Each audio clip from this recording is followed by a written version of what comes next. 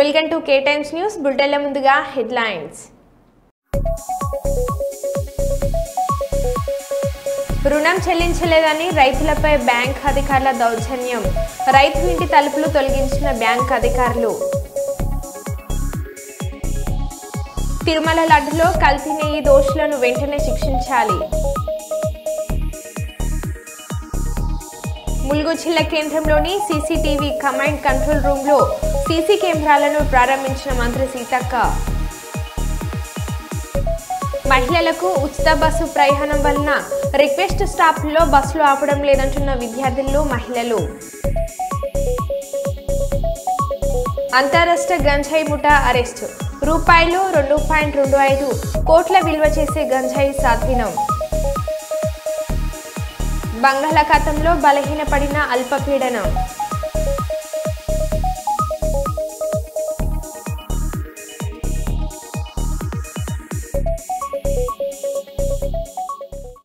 ఇక వివరాల్లోకి వెళ్తే, హన్మకొండ జిల్లా ఎల్కతుర్తి బస్టాండ్లో బస్సుల కోసం వందల సంఖ్యలో వేచి చూస్తున్న ప్రయాణికులు, మహిళలు.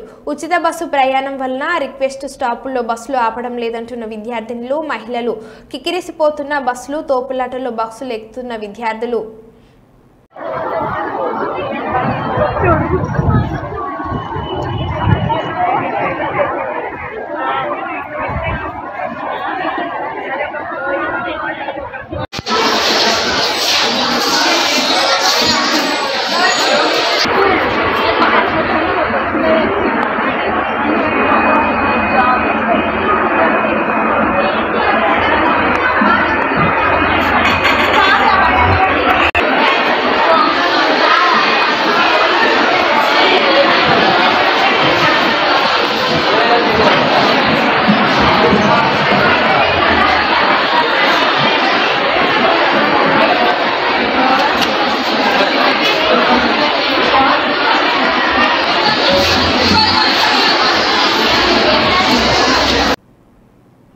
ఆంధ్ర, ఒరిస్సా బార్డర్ నుంచి మహారాష్ట్ర బుల్దానా, ధూలే జిల్లాకు తరలి వస్తున్న గంజాయి కంటైనర్ను తలమడుగు మండలం లక్ష్మీపూర్ చెక్పోస్ట్ వద్ద స్వాధీనం చేసుకున్నట్లు పేర్కొన్నారు. దాదాపు 900 కిలోల గంజాయి స్వాధీనం చేసుకున్నామని, దీని విలువ 2.25 కోట్లు ఉంటుందని అన్నారు. 8 మందిపై కేసు, 2 అరెస్ట్ చేశామని తెలిపారు.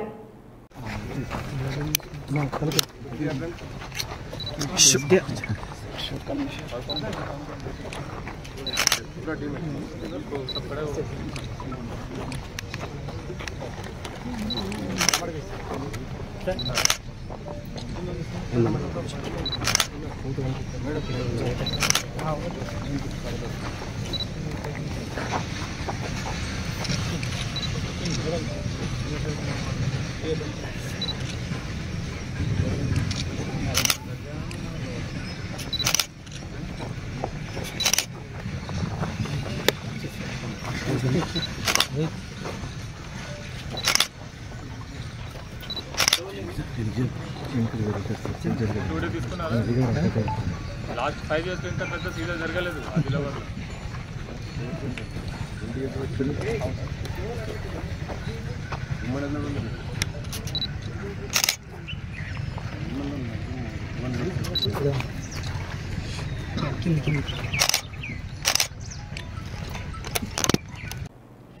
ములుగు జిల్లా జాకారంలో ఎస్పీ డాక్టర్ శబరీష్ ఐపీఎస్ ఆధ్వర్యంలో చేపట్టిన మాదక ద్రవ్యాల అవగాహన కార్యక్రమంలో భాగంగా నిర్వహించిన ములుగు జిల్లా యువతకు జిల్లా స్థాయి వాలీబాల్ పోటీల ముగింపు కార్యక్రమానికి ముఖ్య అతిథిగా హాజరైన మంత్రి సీతక్క, మాదక ద్రవ్యాల మాఫియా ప్రపంచాన్ని గడగడలాడించి కోట్లు కొల్లగొట్టిందని అన్నారు.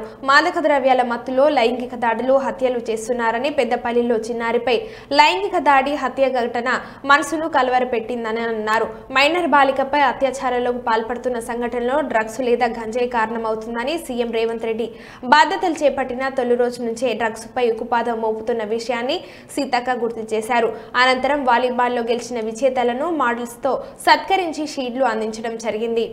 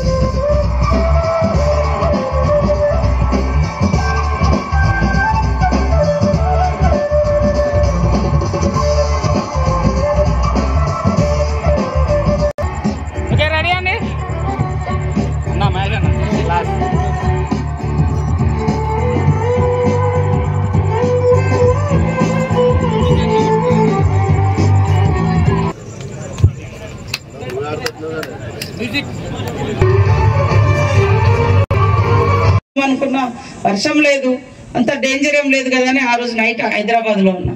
కానీ తెల్లారి వరకు వర్షాలు వస్తున్నాయి అంటే అరే ఇక్కడ ఉండడం బాగుండదని నేను వచ్చిన. మన దగ్గర పెద్ద ప్రమాదకరమైన పరిస్థితి లేదు, కానీ చెట్లన్నీ పడ్డాయంటే జస్ట్ ఆ రోడ్ అమ్మటి చాలా రోజుల నుంచి కొన్ని చెట్లు కూడా మనం మెయిన్ రోడ్ ఏటూ నగరం నుంచి ములుగు తీయాల్సినవి కూడా ఉన్నాయి, కొద్ది ఇట్లా వంగి ఉన్నాయి అనుకున్నాం, అవే పడ్డాయి అనుకున్నాం. కానీ వేల చెట్లు, వందల చెట్లు రోడ్ల మీద కూడా పడితే night and day and night మరి పోలీస్ అధికారులు చొరవ తీసుకొని అక్కడ ఉన్నటువంటి శ్రీకాంత్ గారు, అదేవిధంగా స్థానిక సిఐ గారు, డిఎస్పి గారు, చాలా చిన్న జిల్లా, అదేవిధంగా వెనుకబడినటువంటి జిల్లా, అడవులు ఉన్నటువంటి జిల్లా, వనరులు ఉన్నటువంటి జిల్లా, చరిత్ర ఉన్నటువంటి జిల్లా, చారిత్రాత్మకమైనటువంటి ప్రాంతాలు ఉన్నటువంటి జిల్లా.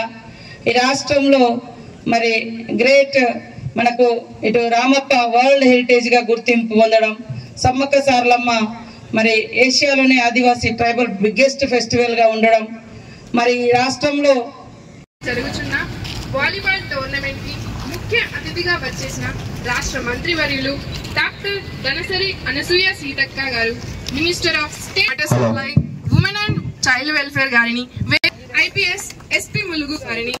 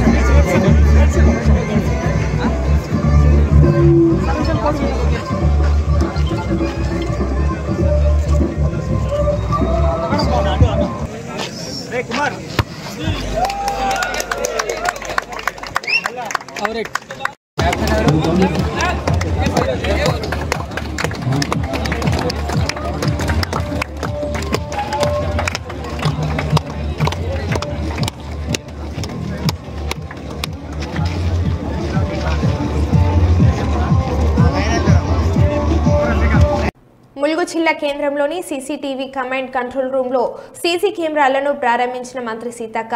ఈ సందర్భంగా సీతక్క మాట్లాడుతూ ములుగు జిల్లాలో మహమ్మద్ గౌస్పల్లి నుండి మొదలుకొని జిల్లా చుట్టూ సరిహద్దుల వరకు ప్రతి మండలంలో, ప్రతి గ్రామంలో సీసీ కెమెరాలను అమర్చడం జరిగిందని, సీసీ కెమెరాల మూలాన నేరస్తులను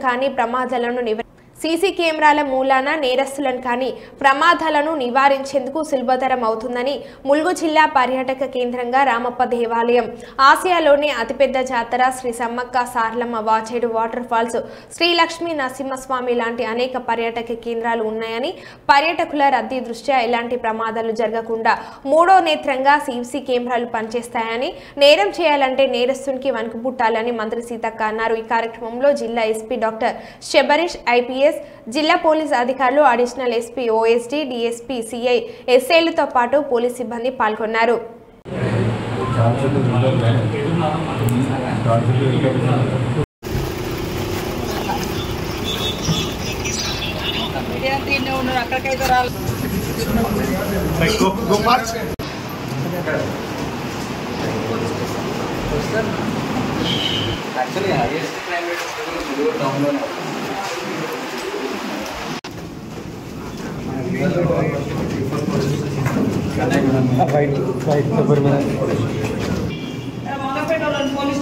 పోలీస్ స్టేషన్ పోయి వీడియో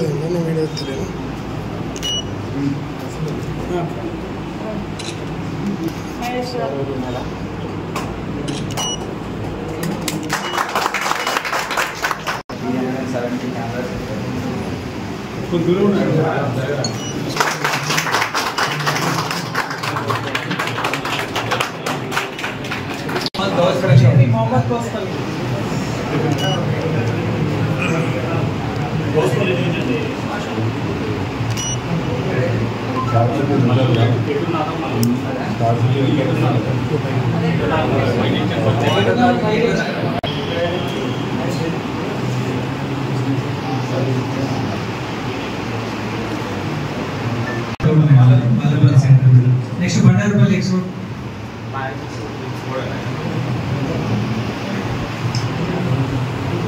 బండారుపల్లి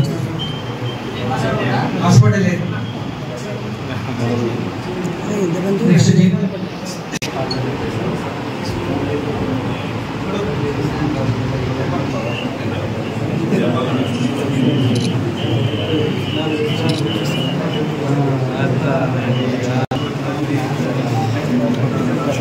మందమరిలో అత్యంత దారుణమైన సంఘటన చోటు చేసుకుంది.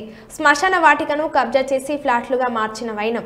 శవాన్ని పూడ్చిపెట్టడానికి అడుగున్న రియల్ ఎస్టేటర్లు పక్కనే అష్టలక్ష్మి దేవాలయం నిర్మాణం అయినప్పటి నుంచి శ్మశాన వాటిక మాయం. ఈ శ్మశాన వాటిక మాయంలో అష్టలక్ష్మి దేవాలయ నిర్వాహకుల పాత్ర ఉందని అనుమానం వ్యక్తం చేస్తున్న ప్రజలు దిక్కుతోచని స్థితిలో శవాన్ని ఎక్కడ పూడ్చాలో తెలియక గంటలు నిరీక్షించిన బురదగూడెం వాసులు. గత కొన్నేళ్లుగా మందమరిలో అతి పెద్ద సమస్యగా బురదగూడెం శ్మశాన వాటిక 70 సంవత్సరాలుగా చనిపోయిన వారిని పూడ్చిపెట్టిన బొందలు సమాధులు ఇక్కడ కనుమరుగైపోవడం అది శ్మశాన వాటిక కాదు, అది మా పట్ట భూమి అని కొందరు యజమానులు ముందుకు రావడం బురదగూడెం వాసులను దిక్కుతోచని స్థితిలో పడివేసిన వైనం. చివరికి ఈ సమస్య శాసనసభ్యులు వివేక్ వెంకటస్వామి దృష్టికి వెళ్లడం, ఎమ్మెల్యే అధికారులను పిలిచి కబ్జాదారులు ఎవరైనా చట్టాన్ని ఎవరు అతిక్రమించినా కఠినంగా శిక్షించాలని అధికారులకు సూచించిన ప్రజా వ్యతిరేక శక్తులను పలుమార్లు హెచ్చరించిన చెన్నూరు శాసనసభ్యులు వివేక్ వెంకటస్వామి ఈ సమస్యకు పరిష్కారం ఎప్పుడు దొరుకుతుందో అని ఎదురుచూస్తున్న పట్టణ ప్రజలు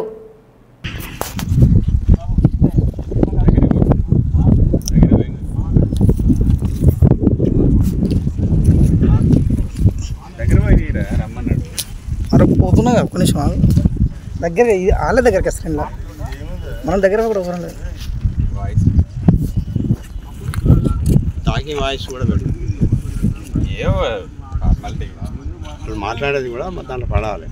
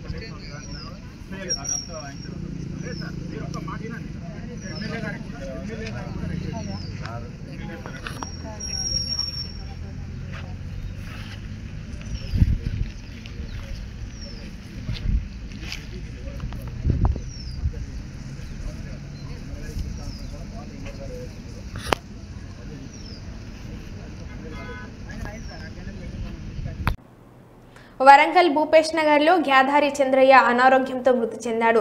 అతని దహన సంస్కారాలకు డబ్బులు లేకపోవడంతో సీనియర్ కాంగ్రెస్ నాయకులు కరాటే ప్రభాకర్ ఆర్థిక సహాయాన్ని అందించారు. ఈ సందర్భంగా కరాటే ప్రభాకర్ మాట్లాడుతూ గత 50 సంవత్సరాల నుండి గ్యాధారి చంద్రయ్య భూపేష్ నగర్ రిక్షా నడుపుతూ జీవనం కొనసాగించేవాడు. ఈ రోజు ఆయన అనారోగ్యంతో మృతి చెందాడు. అతనికి ఉండటానికి ఇల్లు కూడా లేకపోవడంతో ఒక కూనుడు బండి మీద అతన్ని వేశారు. కనీసం దహన సంస్కారాలకు డబ్బులు కూడా లేకపోవడంతో నాతో పాటు కొంతమంది ఆర్థిక సహాయం చేయడం జరిగిందని అతను తెలిపాడు.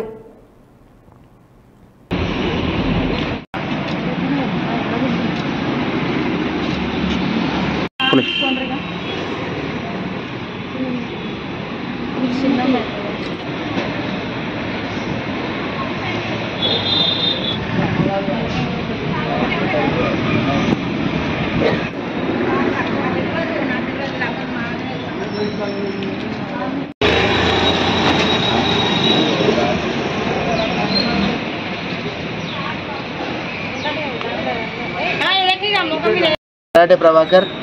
నేను కాంగ్రెస్ పార్టీ సీనియర్ నాయకుడిని, అదేవిధంగా చిరంజీవి అభిమానిని. భూపేష్ నగర్ గత గాదరి చంద్రయ్య 50 సంవత్సరాల నుంచి వరంగల్లో నివసించి ఇక్కడ గవర్నమెంట్ ఇచ్చిన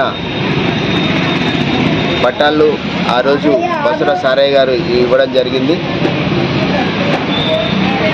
ఎంతో నిరుపేద కుటుంబంలో రోజు రిక్షా కొంటూ జీవనం గడుపుతున్న తరుణంలో ఈరోజు గాదరి చంద్రయ్య మరణించడం మా భూపేష్ నగర్ వాసులందరికీ చాలా దుఃఖ సముద్రంలో మునగడం జరిగింది. ఎందుకంటే ఘోరమైన దీన స్థితిలో రోడ్డు మీద చనిపోతే తీసుకొచ్చి ఈ బండి కనీసం తీసుకెళ్ళడానికి డబ్బులు లేవు, ఇంట్లో ఉండడానికి కనీసం ఇల్లు లేదు, అది కూలిపోయి దగ్గర 8 సంవత్సరాలు అవుతుంది. ప్రభుత్వము, గత ప్రభుత్వం కానీ ఎవరు కానీ ఒక్కసారి కూడా ఈ భూపేష్ నగర్ ఏరియాకి వచ్చి కనీసము ఏ పేదలకు కానీ ఎవరికి కానీ వాళ్ళను చూడలేక ఇలాంటి ఇంత ఘోరమైన దీనస్థితి పరిస్థితి ఉన్నది. నాయకులు వస్తుంటూ పోతుండే తప్ప ఎవరికి ఒరిగేది ఏం లేదు. ఇకనైనా కళ్ళు తెరిచి ఇట్లాంటి నిరుపేదలకు వాళ్ళకి ఒక ఉండడానికి నీడ కానీ లేకపోతే జీవనోపాధి కానీ చేసినట్లయితే బాగుంటుంది. ఘోరమైన పరిస్థితి చూడండి. ఇప్పుడు కనీసం రోడ్డు మీద చనిపోతే ఎవరితో బండి ఆడుకొని బండి మీద వేసుకున్నాడు, కనీసం తీసుకుపోయి ఇంటి ముందట కనీసం వేసుకోవడానికి ఇల్లు ప్లేస్ కూడా లేదు. చెట్లు మొలిచి ఇప్పుడు ఇంత పెద్ద చెట్లు మొలిచిన ఇళ్లలో ఒకసారి నాయకులారా ఆలోచించండి. మనము కోట్లు సంపాదించుకోవడం కాదు, పేదలను మనం ఎంతవరకు ఆదుదాం. ఓట్ల కోసం వచ్చి ఓట్లు వేయించుకోవడం కాదు, కానీ ఇలాంటి నిరుపేదలను మనం ఆదుకున్నప్పుడే దేవుడు కూడా మన వెనుక ఉంటాడు. మనకు కూడా ఎంతో పుణ్యం చేసుకున్న వాళ్ళం అవుతాం. కాబట్టి ఒకసారి ఈ దీనస్థితిని ఆలోచించండి నాయకులారా. అదేవిధంగా గవర్నమెంట్, మున్సిపాలిటీ కానీ, కమిషనర్ కానీ, కలెక్టర్ గారికి దయచేసి వారికి ఇకనైనా వాళ్ళని గుర్తించి కనీసం ఆ ఇల్లు కూలిపోయి ఉన్నది, ఆ ఇంటి కనీసం ఆ ఇల్లు అయినా ఇప్పించవలసిందిగా కోరుతున్నాను. ఎందుకంటే లాస్ట్కు పోయిన 2 సంవత్సరాల కింద వాళ్ళ భార్య కూడా చనిపోయినప్పుడు కూడా నేను ఆర్థికంగా సాయం చేయడం జరిగింది. ఇప్పుడు కూడా నేను చేస్తున్నా. అది నేను కాకుండా కూడా చాలా నాయకులు గుర్తించి వాళ్ళకున్న వారికి, వాళ్ళ కొడుకు ఒకడు ఉన్నాడు, వాడు కూడా పిచ్చోడైపోయి ఆ రోడ్లెంబడి పట్టుకొని తీసుకొని అడుక్కొని తింటుంది. కాబట్టి మీకు ఇది తెలియజేసేది ఏంటంటే వీళ్ళని గుర్తించి వారికి సరైన న్యాయము నాయకులు కానీ, గవర్నమెంట్ కలెక్టర్ కానీ, లేకపోతే మున్సిపాలిటీ చైర్మన్ కానీ అందరూ ఒకసారి వీళ్ళ పైన స్పందించి వారికి న్యాయం చేయవలసిందిగా కోరుచున్నాను. శ్రీ సమ్మక్క సార్లమ్మ మినీ మేడారం జాతరను అన్ని శాఖల అధికారులు సమన్వయంతో విజయవంతం చేయాలని, మినీ జాతరలో చేసే పనులు మహాజాతరకు ఉపయోగపడేలా ఉండాలని మంత్రి సీతక్క మినీ మేడారం జాతరపై సంబంధిత అధికారులతో జరిగిన సమీక్ష సమావేశంలో అన్నారు. ఈ సందర్భంగా మంత్రి మాట్లాడుతూ 100 కోట్ల రూపాయలతో అభివృద్ధి పనులు చేపడుతున్నప్పటికీ ఆయా పనులు శాశ్వతంగా ఉండకపోవడం వల్ల మరలా అవే పనులు చేపట్టవలసి వస్తుందని, ఇప్పటి నుండి చేపట్టే పనులు దీర్ఘకాలంగా ఉండే విధంగా పనులు చేయాలని అధికారులకు సూచించారు. మనం ఇది చేస్తే బాగుంటది, ఇక్కడ ఇట్లా పెడితే దీన్ని కంట్రోల్ చేయగలుగుతాము, ఈ సౌకర్యం ఇవ్వగలుగుతాము అనుకునే మీ ఐడియాస్ కూడా ఏమైనా ఉంటే మీ ఆలోచనలు కలెక్టర్ గారికి కానీ సంబంధిత అధికారులకు షేర్ చేయండి. తప్పకుండా అవి తీసుకుందాం. మళ్ళీ కూడా ఒకసారి మీటింగ్ పెట్టుకుని ఈ లోపు మొత్తము స్టార్ట్అవుట్ చేయండి సార్. చేసిన తర్వాత ఎందుకంటే టైం పడుతుంది, మనం ముందే పెట్టుకోవాల్సి, అంటే ఇప్పటి నుంచి ప్రపోజల్, ఇప్పుడు పెట్టే ప్రపోజల్స్ కూడా మినీ జాతర అనే పర్పస్ కాకుండా మెయిన్ జాతరకు కూడా ఇది ఉపయోగపడేటట్టుగా మనం పెట్టుకోవాలి. మనకు టైం ఉంది, మనకు కొంత అవకాశం ఉంది. నేను కూడా ఇక్కడ లోకల్ కాబట్టి కొంత నేను అక్కడ కన్విన్స్ చేసుకోగలుగుతాం తీసుకొచ్చుకోవడానికి. కాబట్టి అందరు కూడా మరి జాతర విషయంలో కానీ ఇతర విషయాలలో కానీ అలర్ట్గా ఉండి పని చేసి మన ఏరియాకు మంచి పేరు తీసుకొచ్చి తద్వారా మీరు కూడా ఆ గౌరవాన్ని పొందే విధంగా ఉండాలని మనస్ఫూర్తిగా కోరుకుంటాము. కానీ మీకు ఇచ్చినటువంటి ప్రోగ్రామ్ కానీ కరెక్ట్ గా చేయండి. రాబోయే రోజులలో ఇంకా చాలా వర్క్ లోడ్ కూడా పెరుగుతుంది. సేమ్ టైంలో మీ సమస్యలు కూడా ఛాలెంజ్ గా తీసుకొని కొంత పరిష్కారానికి వస్తా ఉన్నాయి. తొందరలోనే పెండింగ్ ఏమన్నా ఇష్యూస్ ఉన్నా కూడా చేయడానికి ఎప్పుడు కూడా మనం సిద్ధంగా ఉన్నాం. మీరందరూ కూడా అంకిత భావంతో పనిచేసి మన ములుగు జిల్లాకు మంచి పేరు తీసుకొస్తారని మనస్ఫూర్తిగా కోరుకుంటూ అందరికీ నమస్కారాలు, ధన్యవాదాలు తెలియజేస్తూ ముగిస్తున్నాను. 10 డేస్కి ఒకసారి లేదా ఎక్కువ మిమ్మల్ని ఇబ్బంది పెట్టినట్టు అనిపించవచ్చు. కానీ నాకున్న టైంలో మరి మనం పరిగెత్తాలి, బాగా చేసుకోవాలి అన్నటువంటి ఆలోచనతోటి రెగ్యులర్గా ఇక్కడ ఉండడంతో మీరు అందరు కూడా ఆన్ డ్యూటీలో ఉండాల్సి వస్తుంది. డిపార్ట్మెంట్స్, పోలీస్ కావచ్చు, కలెక్టర్ గారు కూడా పాపం ఎప్పుడు ఆయన రెగ్యులర్గా మాతోటే ఉంటున్నాడు. మీరు కూడా మీ డిపార్ట్మెంట్స్ కూడా అందరూ మాతో ఎక్కువ రెగ్యులర్గా ఇబ్బంది పడ్డప్పటికీ ఖచ్చితంగా మనకున్నటువంటి టైంలో మనం అన్ని పనులు కంప్లీట్ చేసుకొని మానిటరింగ్ వ్యవస్థలో ఉండేటట్టు ఉండాలి. జస్ట్ మానిటర్ చేస్తే ఇంక అన్ని అయితే అని కాబట్టి పెండింగ్ ఉన్నటువంటి పనులన్నీ కూడా కంప్లీట్ చేసుకోవడం. తర్వాత ఇప్పుడు ఈ మధ్య కాలంలో బిల్లులు కూడా తొందరనే క్లియర్ అవుతున్నాయి. మన దగ్గర ఏమైనా PMGSY రోడ్స్ కానీ అవి నా డిపార్ట్మెంట్ కూడా ఏమన్నా ఉంటే ఇవ్వండి. మిగతాయి కూడా అన్ని శాఖలకు ఆల్రెడీ ఇచ్చేసారు సీఎం గారు. చాలా మంది మెడికల్ వాళ్ళే కూడా కొన్ని వచ్చినాయి, R&B వాళ్ళే వచ్చినాయి. మనోళ్ళు ఎవరన్నా ఉంటే పంపించండి, అవన్నీ తొందరగా క్లియర్ చేస్తారు. ఇప్పుడు ఏంటంటే సెంట్రల్ గవర్నమెంట్ నుంచి కూడా ఒక స్పర్శ అనే పథకం, ఒక స్కీమ్ తీసుకొచ్చారు. దాంట్లో మనం కూడా చేరాలంటే అన్ని పాత్రన్ని క్లియర్ చేసుకోవాలి. సో ఇవన్నీ కూడా జరుగుతూ ఉన్నాయి. కాబట్టి మేడారంకి సంబంధించి అందరూ మంచి ఆలోచనతోటి, మంచి బ్రాడ్గా ఎప్పటికీ దీర్ఘకాలికంగా ఈ మనం చేసే పనులు ఉండాలి అనేటువంటి లక్ష్యంతో మీరు పర్మనెంట్ స్ట్రక్చర్స్ ఇవ్వండి. ఒక 4 రూపాయలు ఎక్కువైనా తక్కువైనా కానీ. ఇప్పుడు మళ్ళీ మట్టి పోస్తాం, మళ్ళీ మేడారం అంటే అట్లా పేరు వచ్చేసింది. నెక్స్ట్ దాంట్లో ఖచ్చితంగా మనము ఆ ఫ్లోరింగ్ కూడా ఉండాలి, ఆ గద్దెల చుట్టూ ఆ మట్టి. అని ఇంత చేస్తాం, 100 కోట్లు పెడతాం, మళ్ళీ ఎక్కడ చూస్తే అక్కడ మట్టి, ఎక్కడ చూస్తే అక్కడ నీళ్లు ఉంటాయి, తాగడానికి నీళ్లు దొరకవు, ఇవన్నీ ఎన్నో సమస్యలు ఉంటాయి. అలాంటి అన్ని కూడా మీరు మీ ఉద్యోగులు లాస్ట్ ఇయర్ వచ్చినటువంటి ఉద్యోగుల యొక్క సూచనలు, సలహాలు కూడా తీసుకోండి. ఏం జరిగింది, మీరు డ్యూటీలో వచ్చిన మీరు ఏం అబ్జర్వ్ చేసిండ్రు ఇక్కడ అనేది కూడా, అది కూడా నెక్స్ట్ జాతరకు అది రాకుండా చేద్దాం. ఇప్పుడు ఖచ్చితంగా మనం మేడారంలో కొన్ని రోడ్స్ పెట్టుకున్నాము, డ్రైనేజ్ పెట్టినాము. తర్వాత ఇప్పుడు ఏమంటారు పైన డోమ్ సెట్టింగ్ పెడుతున్నాము. అదే విధంగా SP గారు కూడా ఇప్పుడు ఫుట్ ఓవర్ అదొకటి ప్లాన్ అంటున్నారు. అది కూడా అట్లాంటివి కూడా కొంచెం రష్ ఉన్నప్పుడు ఖచ్చితంగా మనం హైదరాబాద్లో అక్కడిక్కడ పెడుతున్నాం కదా, అట్లా కూడా రష్ ఉన్నప్పుడు ఇవి ఖచ్చితంగా పనికి వస్తాయి. ఎప్పుడు కూడా ఆ స్ట్రక్చర్ బై వాకే కాబట్టి నడుచుకుంటూ పోవడానికి చిన్నది సరిపోతుంది. ఎంత ఇప్పుడు మనం అక్కడ బ్రిడ్జి మీద పెట్టినాం కదా, అక్కడ క్రౌడ్ కు తగ్గట్టుగా అక్కడ ఉండే లొకేషన్ కు తగ్గట్టు జరగలేదు. అవన్నీ కూడా ఐడెంటిఫై చేసినాం. మేడారం కేంద్రంగా కూడా ఒక 200-250 crores అనుకుంటా ప్రపోజల్స్ పెట్టి ఇట్లా దాదాపుగా పెద్ద ఎత్తున భవిష్యత్తులో మంచినీటి సమస్య ఉండకూడదని అవి కూడా మనం తీసుకొస్తున్నాం. తొందరలోనే వాటికి కూడా శాంక్షన్స్ వస్తాయి. అధికారులు కూడా ఏదో చేసినామంటే చేసినాం, వచ్చినోడు బిల్లు ఎత్తుకొని పోతాడు, కానీ ఇక్కడ చూస్తే నీళ్ళు వచ్చే పరిస్థితి ఉండదు. ఇది ఉండకూడదు. ఖచ్చితంగా మనం 10 రూపాయలు ఖర్చు పెట్టి పని చేసినామంటే దాని యొక్క రిజల్ట్, దాని యొక్క ఉపయోగం పబ్లిక్ ఉండాలి. అప్పుడే మనం చేసే జాబ్ కూడా కొంచెం సార్థకత ఉంటుంది. పుట్టిగా వాళ్ళు తీసుకున్నారు, వీళ్ళు తీసుకున్నాం, మనం తీసుకున్నాం ఏముంటుంది అందులో. కానీ పబ్లిక్ ఏ పర్పస్లో అయితే మనం నీళ్లు లేదా మనం ఏ పర్పస్లో అయితే శాంక్షన్స్ ఇస్తున్నామో అది నెరవేరినప్పుడు వేస్ట్, మన ఉద్యోగం కూడా వేస్ట్, మన వృత్తి వేస్ట్, మన ఇక్కడ చేయడం కూడా వేస్ట్. కాబట్టి మీకు అవసరం ఉన్నప్పుడు 2 రోజులు లీవ్లో వెళ్ళిపోండి, లీవ్ పెట్టి వెళ్ళిపోండి. మళ్ళీ ఏదన్నా అక్కడ ఎవరన్నా పెట్టుకుంటాం లేదా ఆ టైంలో ఇంకేదన్నా అకామిడేట్ చేస్తాం. బట్ మనము అట్లా తిరిగినట్టు తిరుగుదాం, చేసినట్టు చేద్దామంటే కుదరదు. ఖచ్చితంగా ఈ జిల్లాలో పోతామనుకుంటే వాళ్ళకి చెప్పండి, పంపించేస్తాం. ఇంకెక్కడ మనకు ఎవరైనా ఉంటారు పెట్టుకుంటాం లేదా కొత్త వాళ్ళని తెచ్చుకుంటాం.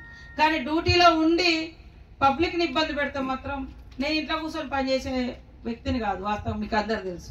మంత్రినైనా కూడా వారానికి 2 రోజులు ఇటే తిరుగుతున్నా, వేరే కాడ అటు ఇటు చూసుకున్నా, వేరే హాలిడేస్ అవి ఇవి మాకేం లేకుండా అంతే పబ్లిక్లో ఎక్కడ వీలైతే అక్కడ ఏ అవసరం ఉంటే అక్కడికి తిరుగుతాను. ములుగు అనేది మన సొంత ఏరియా, అదేవిధంగా వెనుకబడ్డ ప్రాంతం, మరి అనేక రకాల సమస్యలున్నాయి. కానీ ఈ మధ్య కాలంలో ములుగులో చాలా అద్భుతాలు కూడా మనం తయారు చేసుకుంటున్నాం. అధికారులు అందరూ కష్టపడుతున్నారు. కష్టపడే ప్రతి అధికారికి నా సపోర్ట్ ఉంటుంది. వాళ్ళు అడిగినప్పుడు నేనే సంతోషంగా ఓకే మీకు ఇబ్బంది ఉందంటే పోతారంటే పంపిస్తా. కానీ ఇష్టపడతాము.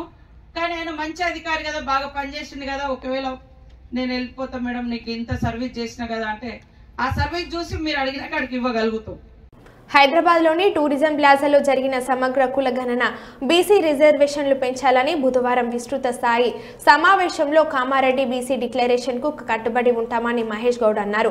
బీసీలకు 42% రిజర్వేషన్లు ఇచ్చి ఎన్నికకు పోతామని టీపీసీసీ మహేష్ కుమార్ గౌడ్ తెలిపారు. వీరితో పాటు బీసీ సంక్షేమం సంఘం తెలంగాణ రాష్ట్ర అధ్యక్షులు జాబుల శ్రీనివాస్ ప్రకాష్తో పాటు పలువురు బీసీ నాయకులు పాల్గొన్నారు. కాంగ్రెస్ పార్టీ తరఫున మనం 42% రిజర్వేషన్ ఇస్తాము అని చాలా సమాలోచన చేశాను. నేను ముఖ్యమంత్రి గారికి ఒక మాట చెప్పాను. నేను ప్రవేశపెట్టాను కామారెడ్డిలో ఈ బీసీ డిక్లరేషన్. నేను వేళ ఎమ్మెల్సీగా ఉన్నాను, వర్కింగ్ ప్రెసిడెంట్గా ఉన్నాను. అప్పుడు నేను ఇంకా పీసీ అధ్యక్షుడు అవ్వలేదు. ఇలా జరిగి ఇప్పుడు కులగణన చేయకుండా ఎన్నికలకు పోతే బీసీ నాయకుడిగా నేను ఇబ్బందులు ఎదుర్కోవాల్సి వస్తుంది అనే మాట చెప్పినప్పుడు ఇబ్బందులైనా ఫండ్స్ రావాలని తెలిసినా ఓకే, ನಾನು ఇచ్చిన మాట ప్రకారం కులగణన తర్వాత ఎన్నికలకు పోదాము అనే మాట రేవంత్ రెడ్డి చెప్పడం జరిగింది. దాంట్లో భాగంగానే ఇవాళ విధి విధానాలు కంప్లీట్ చేసుకొని ఎన్నికలకు పోతాం. దాంట్లో సంశయం అవసరం లేదు. ఒకరోజు వెనక ముందు కానీ ఇది అయి తీరుతుందని ఆశాభావం నాలో ఉంది. పోతే ఇవాళ కులగణనలకు మనం ముందడగానే బీఆర్ఎస్ నాయకులు ఇళ్ళ తిరుగుతూ ఉన్నారు. నేను ఎక్కడ పేపర్లు చూశాను. మరో బులెటిన్లో మళ్ళీ కలుద్దాం. Stay tune.